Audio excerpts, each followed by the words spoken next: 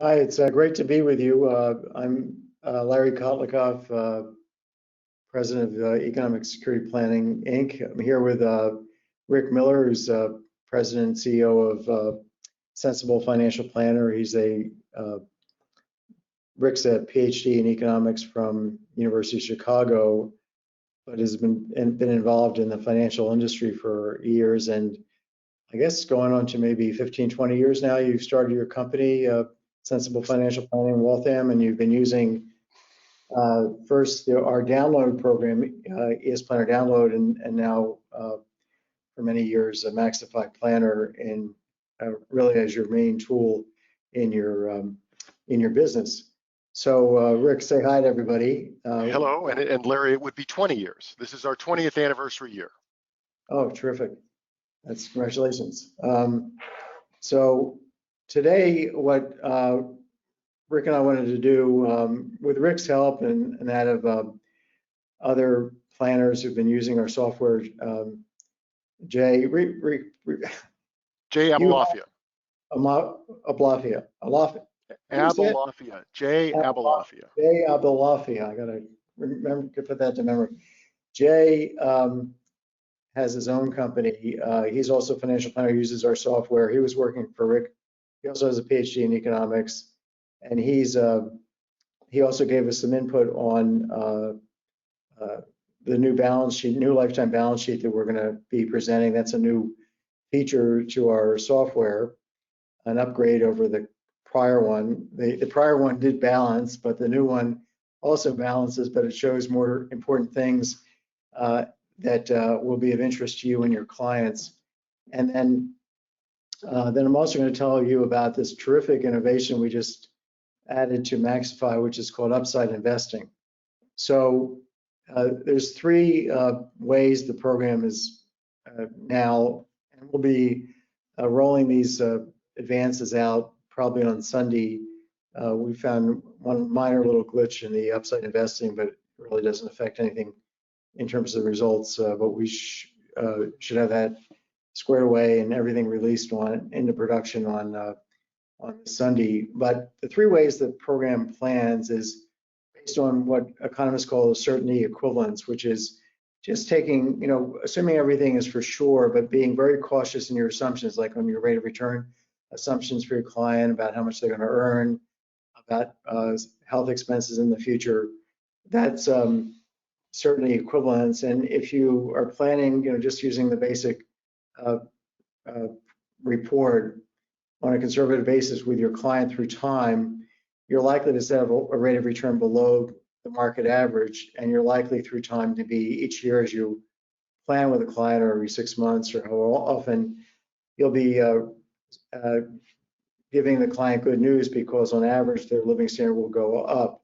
But of course, if the market turns down as it is now, you'll be properly advising them to cut their spending or to make some other adjustments to the plan, like think about working longer. So it's a constant matter of adjusting to the circumstances. That's economics-based planning, so your living standard is as smooth as possible. But the other way that this program, that MaxiFi is planning, is to say, okay, let's look at, let's assume a conservative, think about spending behavior, but let's also look exactly at how somebody's investing and see based on the annual outcomes of their returns, how their living standard will change through time. And we've called, the program so far MaxiFi has had a report called the Monte Carlo report. And it uses Monte Carlo analysis. And it works like this. Rick's, let's say 50, and he's got, just to keep it really simple, $1 million in assets. I wish I was 50. Yeah, you're 50. Trust me. So anyway, what we would say is, look, Rick, give us we have to figure out how much you're going to spend this year. So let's figure out let's choose an as-if rate of return for you to be spending. Maybe you're 50-50 stocks and bonds, but the stocks may not turn out. So let's use a conservative assumption about, that you want to spend as if you're going to always earn maybe a zero real return. So that's part of playing with Monte Carlo, the report. We asked you, first of all, how are you invested, or what securities are you invested in? Tell us about your portfolio through time for the client. And then how aggressively is the client going to be spending? And that's controlled by this as if rate of return. So we figure out for Rick at age 50 what he's going to be spending this year based on if everything were for sure and he's earning zero real. And then we now can figure out his living standard. And then we move him by taking draws on his 50-50 stocks and bonds, moving him to age 51 and do the same thing again, saying, okay, look, Rick, you did really well this year on these draws. You're not yet 51, but inside the computer, we're simulating you forward. You can now, if you spend on a conservative basis, assuming again you're going to earn zero real through time, you get to spend a bit more from this point on. And Alex wanted to say something. Alex, go say something.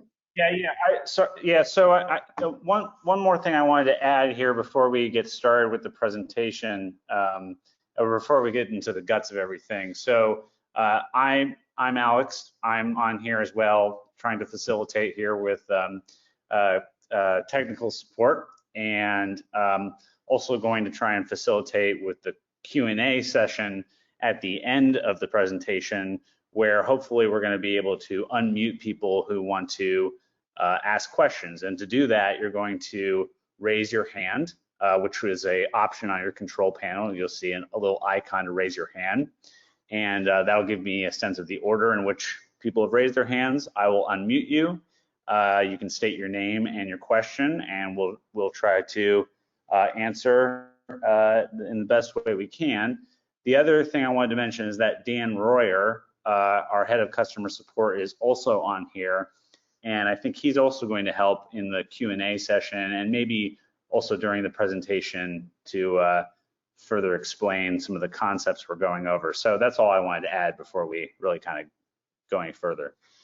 Okay, great. So I just want to finish up just telling you about what we've had in terms of the risk analysis, the living standard risk analysis, which is, we take Rick, we figure out what he's going to spend at 50, living standard, then we take draws on his return, we move him to age 51. We again figure out, okay, he's done well, so we're going to figure out his spending is going to be higher, the living standard. We take a draw, we move him to age 52, we take a draw on his assets. Maybe they did poorly, so his living standard goes down. So we're following his living standard through time on that trajectory. Then we go back to him being age 50 and we do another trajectory, the same thing, and we do another. We do 500 of these trajectories, and then we present the results of these trajectories. And you can see the downside and the upside to your client of investing in this manner and also spending in this manner, because your downside risk and your upside risk is a function not just of how aggressively you invest or conservatively you invest, but also how aggressively you spend or how cautiously you spend. So both things affect the cone of outcomes of the client's living standard. If you invest more aggressively, the cone spreads out more through time, both down and up of your living standard, of it talking about like the 5th percentile and the 75th percentile. If you spend more cautiously, or let's say you spend more aggressively, you say, oh, I'm going to make for sure, my client is going to for sure make 4% real, and he's going to spend as if he's always going to earn 4% real.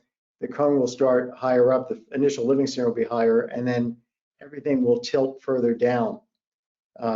So you can control the spread of the cone and the tilt of the cone in Monte Carlo report. Now, upside investing, the new method of helping clients think about how to invest and spend, is kind of a variant on this. It involves, again, an investment strategy, but also a spending strategy. Another way to think about this is like thinking about having the client's stock being in the casino. Because I said stocks because under upside investing, we're thinking about there being two securities that people are investing in. just the S&P 500 and tips, a ladder of tips, which is safe from inflation. It's not safe from taxation because the inflation component of taxes of return is subject to taxation, but that's true of any nominal investment. It's also true of stocks that you get taxed on the capital gains. They're just nominal once you realize the sale of the stocks. But anyway, so think about a client investing in tips and in stocks, but any money that they put in stocks in upside investing is not going to be, is assumed to be lost until it's found. It's like I take money into the casino and I leave my wallet at home. So I take some money and I decide I'm not going to spend anything until I leave the casino with any winnings that I make along the way. I'm going to treat that money as completely lost. So with upside investing, we say, okay, how much do you have in the stock market now? How much will you be adding? At what age will you start? If there is something in the stock portfolio, let's say you're currently 50, when you turn 65, maybe decide at 65, between 65 and 75, I'll gradually withdraw each year 1/10, 1/9, 1/8 from the stocks and convert those withdrawals into safe assets. Then what the program does is it figures out the floor to the client's living standard, assuming everything in the stocks that's now there and then everything that's added is lost 100%. That's the absolute floor. And then it does these Monte Carlo simulations where we show, starting at 65, that, hey, on that particular trajectory of the stock returns, Rick or somebody was able to withdraw something and convert it into safe assets. And now we can raise the client's floor permanently. And then at age 66, whatever is still left in that portfolio of stocks, we take out 1/9 and convert that to tips and allow the client to have a higher floor. So we're seeing ratcheting up of the floors up to 75. From that point on, the living standard is smooth. So this is called upside investing because the living standard is always upside of the floor. Now, I'll show you this in practice. I just wanted to give you, so we're going to have 2 living standard risk analyses reports showing up starting on Sunday. One is going to be called upside investing, and then the other one's going to be called full risk investing. We used to call that Monte Carlo report, but it's now going to be called the full risk investing because there's risk, downside risk, as well as upside risk. This is the first financial planning tool that I know of to actually establish a floor to a client's living standard. I mean, clearly there's risks beyond investment risks that I haven't mentioned, and I'm assuming those are away, like somebody could lose their job. But apart from that, in terms of investing, we've talked the industry's talked about flooring your income using ladders, buckets, the bucketing approach, which I think as an economist, and as somebody who's talked to a lot of economists in finance, that there's no guarantee that you can generate an income floor based on a bucketing approach. Indeed, stocks are viewed by economists as much riskier than in the long run than in the short run. Anyway, Larry, I'm going to suggest that maybe we should move into the presentation. Good idea. Okay, so anyway, that was an intro. We have some key websites of mine. The slides and the webinar and the video of this webinar are going to be posted. Rick's website is right here, and I did want to mention that Jay is available, and anybody can email me at Kotlikoff@gmail to get Jay's contact information to assist advisors in the use of MaxiFi as like a side thing that he'll do through his company. But let me give you a quick demo of the new lifetime balance sheet, and then a quick demo of the upside investing, and then we're going to have a Q&A. And I hope to finish everything I'm going to say in about 15 minutes. So, and then we'll have a lively back and forth. Okay, let's take a 60-year-old retired Missouri male, has $1 million in assets, 50K nominal pension. He's assuming a 0 real return, 5% inflation, 5% nominal return. That's not crazy given today's kinds of long-term projections. He's going to have a $2,500 Social Security benefit starting at 67. He's got $1.5 million in an IRA, $1 million in regular assets, 750 house, no mortgage, 17.5K in housing expenses. Here's the lifetime balance sheet. And we've modified it so that we're breaking out more information about housing.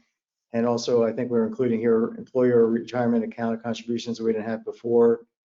And that's also a resource that people have. And we're also specifying, rather than the present value of the withdrawals as a resource from retirement accounts, the initial balances that people are entering in end of year dollars, not in beginning of year dollars, but in end of year dollars, because everything is being presented that way. But you can see that the client can spend 1.9 or so, about $2 million over the lifetime in present value. And let me now show you that when you click on these blue entries, you open them up to seeing some more things. So this person has a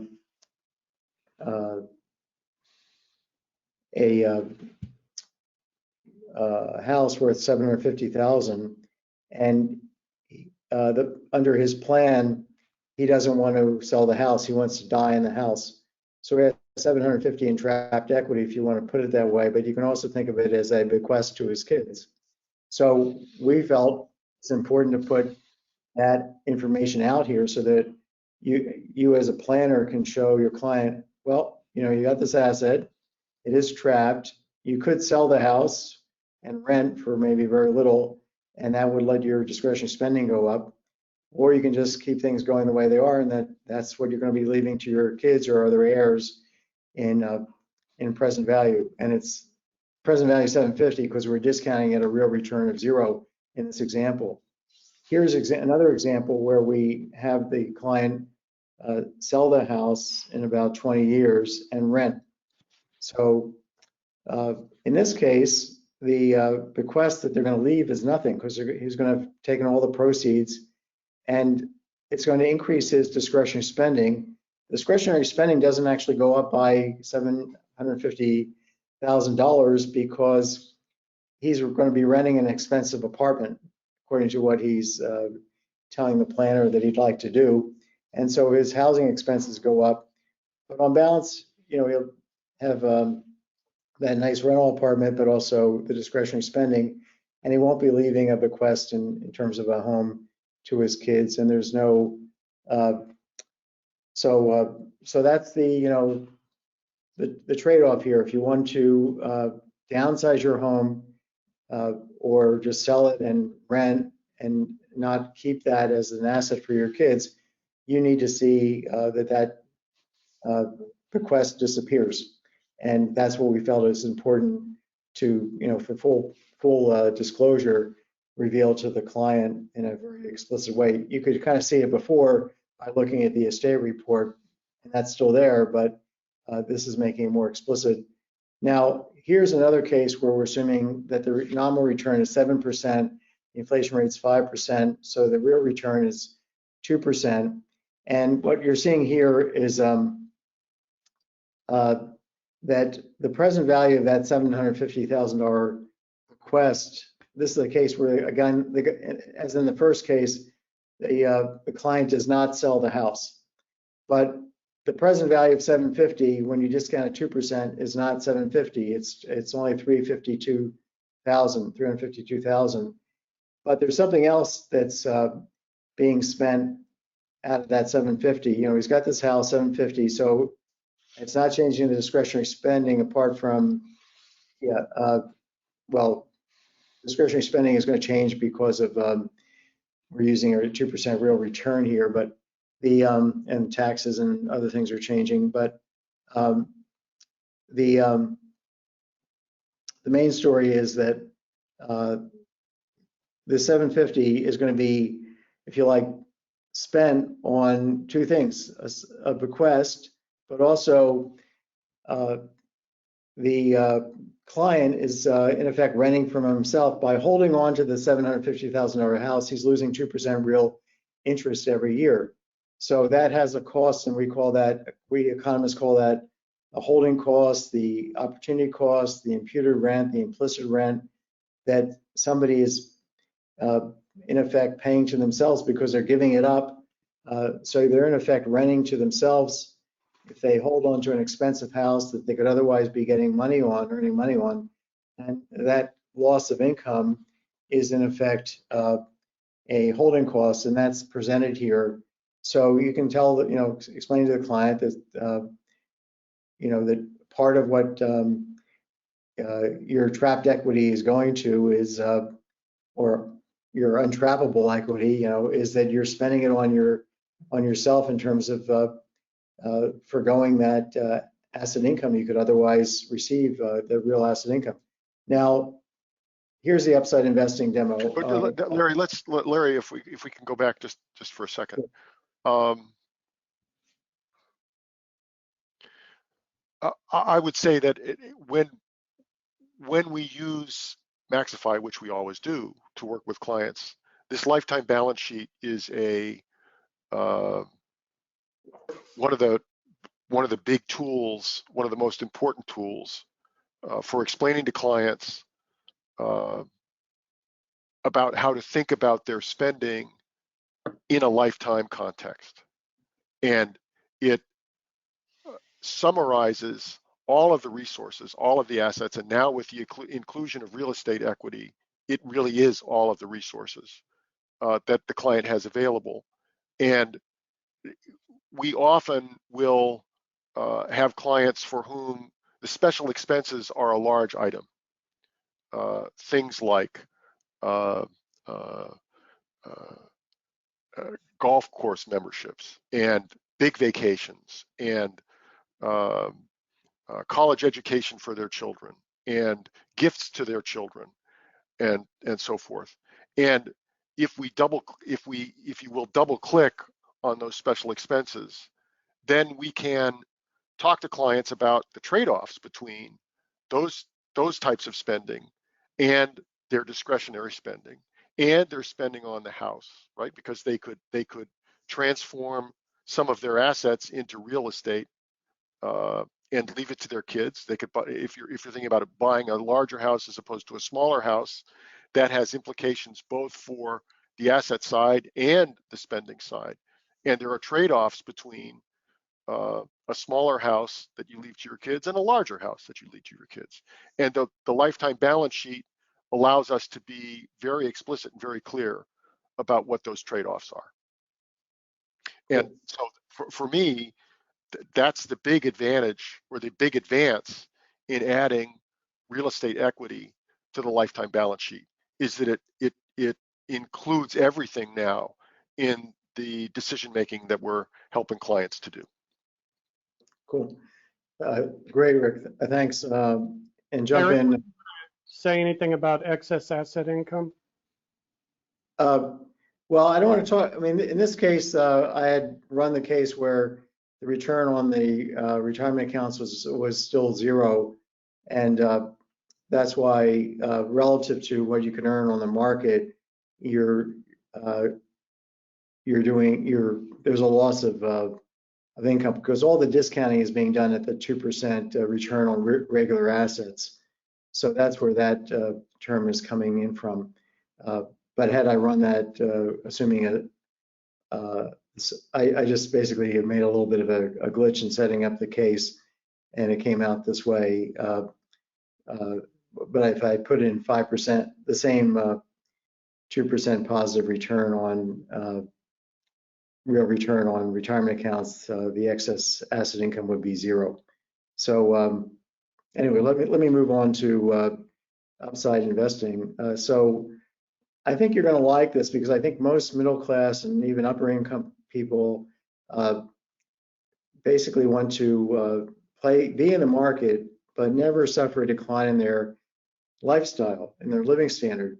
And this is, you know, I realized this by watching my own behavior going to the Las Vegas, had to go to Las Vegas for a convention of economists, and left my wallet, literally left my wallet in the hotel room because I was so afraid that I might get enticed to spend more money there than I wanted.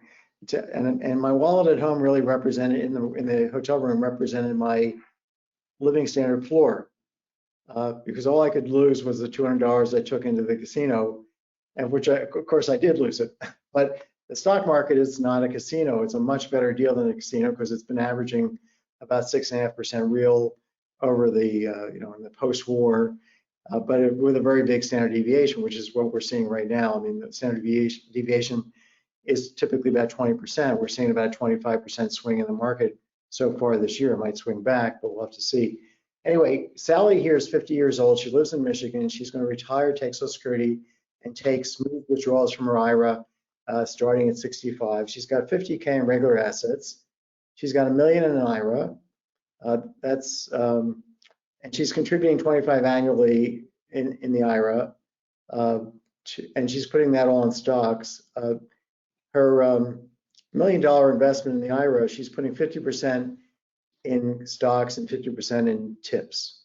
And we're assuming in this calculation that she's going to get a 0 real return on tips. And she's earning a good salary, $250,000 per year. And half of the IRAs in stocks. And if it's not all lost, she's going to start converting those stocks. She's going to leave the casino starting at 65, and at 75, she'll be completely out of the casino. So she's going to take some of the money out of the casino, hand it to her partner, who's going to be outside the door of the casino, and they're going to go buy tips with the money they take out of the casino. And that's the analogy for taking money out of the stock market. She's got a $750K house, no mortgage, and 17.5 in housing expenses. And this is her lifetime balance sheet if she's just investing 100% in tips. So we're now giving you the case where she's not doing any upside investing. And the corresponding living standard, so if she puts 0 in the casino, puts nothing in the stock market, and adds nothing to the stock market through time, her living standard will be $61,099 per year in today's dollars.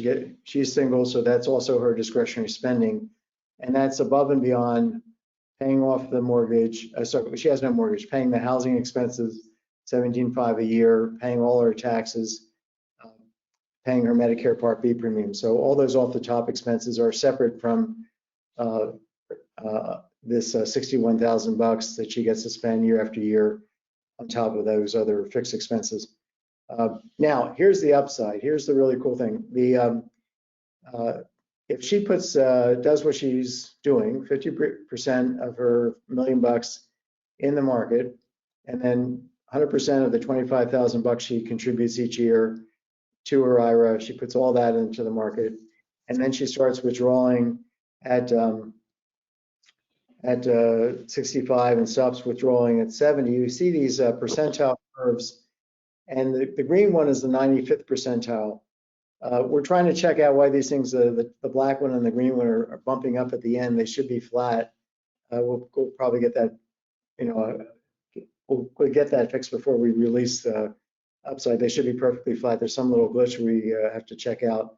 But the basic picture is what I wanted to show you, which is that for the, you can see that things become flat starting at 75. That's when all the withdrawals from the stock market have occurred.